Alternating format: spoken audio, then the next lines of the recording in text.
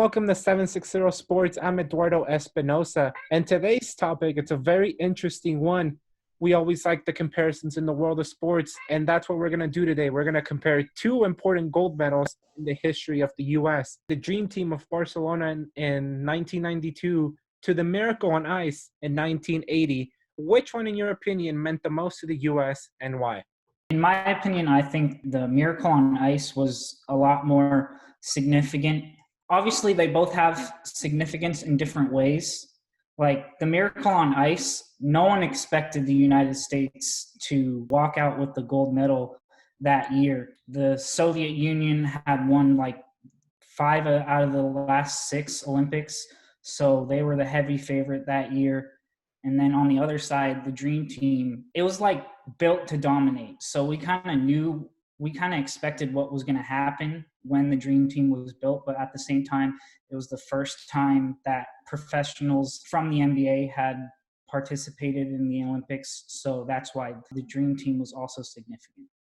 I totally agree with you. The world needed the gold medal for the hockey, right? There was so much going on in the world at the time, pop culture wise. Basketball itself, the sport needed that gold medal, but the world needed the hockey medal, right? Soviet Union won 4 titles before that, four straight. Like, that's incredible. Like you said, the U.S., there was no chance they were winning that, right? They had all 20-year-olds, not talent. It was chemistry and team building what brought them to that one. I just finished watching the movie. Great movie, by the way. But the first game against Soviet Union, they lost 10-3 in the first game. Second game, they won 4-3 in a nail biter. I mean, the stadium was going nuts. It was just a great experience.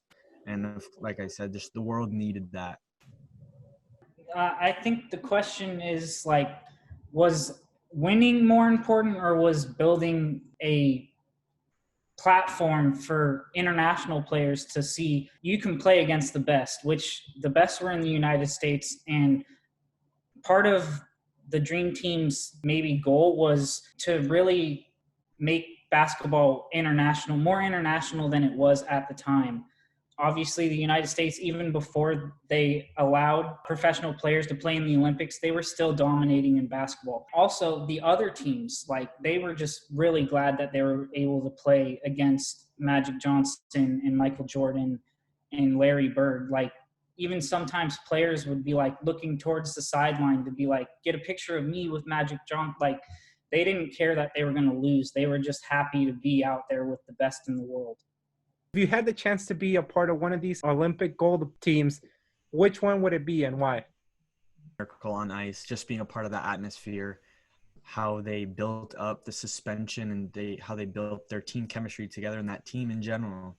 I mean, that team was not supposed to win a single game, but once they lost to Norway, they stayed after that game and they did suicides for 2, 3, 4 hours. And, you know, it's those type of things that build the team and make them stronger, and that's exactly what that did. So when they did win that gold medal, it just so much off their shoulders. It just felt amazing to win that medal.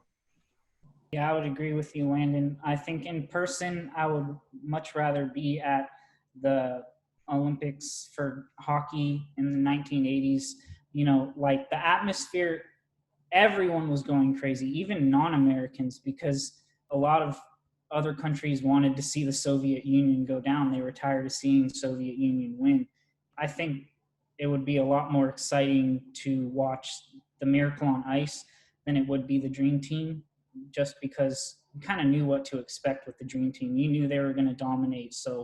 But at that, I mean, I would love to watch people dominate. Like you said earlier, they wanted to watch Magic Johnson. They wanted to watch Bird, Jordan. You know, watching those players is phenomenal. Seeing Vince Carter, I mean, I know this is later, but seeing Vince Carter dunk over that guy, 360 over that guy or whatever he did, that was just great to see. So being a part of that is just as fun. Both of them have great pros. And thank you guys for coming. This was really fun. And before we go, where can we find you guys at? On Twitter, you can find me at Lando Potty, LandoPotty. That's my Twitter handle. Beyond the Buzzer, Nexus Sports on YouTube. Bunch of basketball content, NBA draft content, and just sports in general. And you can find me on Instagram at statdog94. My Twitter is the same, statdog94. Thank you guys for coming, and hopefully we see you guys in the future as well. Thank you.